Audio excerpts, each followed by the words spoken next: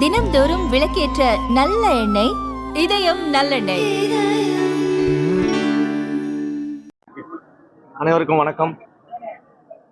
தமிழ்நாட்டில் புகழ்பெற்ற மதுரையின் ஒரு மிகப்பெரிய புகழாக இருக்கக்கூடிய மதுரை மீனாட்சி அம்மன் திருக்கோயிலில் இன்னும் 2-3 மாதங்களுக்குள்ளாக கும்பாபிஷேகம் நடக்க இருக்கிறது. அதற்கான பணிகள் எல்லாம் நடந்துட்டு இருக்குது. ஸோ அதனால் அந்த பணிகள் எல்லாம் எந்த அளவில் இருக்குது, இன்னும் முடிக்க வேண்டிய பணிகள் எல்லாம் இருக்குது, எவ்வளோ விரைவாக அதை முடிக்கணும் அப்படின்றதுக்காக இன்றைக்கு கோயிலில் ஆய்வுகள் பண்ணியிருக்கோம்.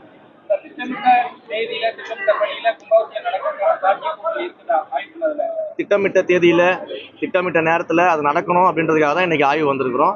அந்த ஆய்வின் அடிப்படையில் அனைத்து பணிகளும் விரைவில் முடிவு செய்யப்பட்டு அந்த பணிகள் எல்லாம் முடிக்கப்பட்டு கும்பாபிஷேக தேதியை அஃபிஷியலாக அறிவிக்கப்படும். இல்லை, இப்போதைக்கு நான் கட்டுமான பணிகளை பார்த்துருக்கிறேன்.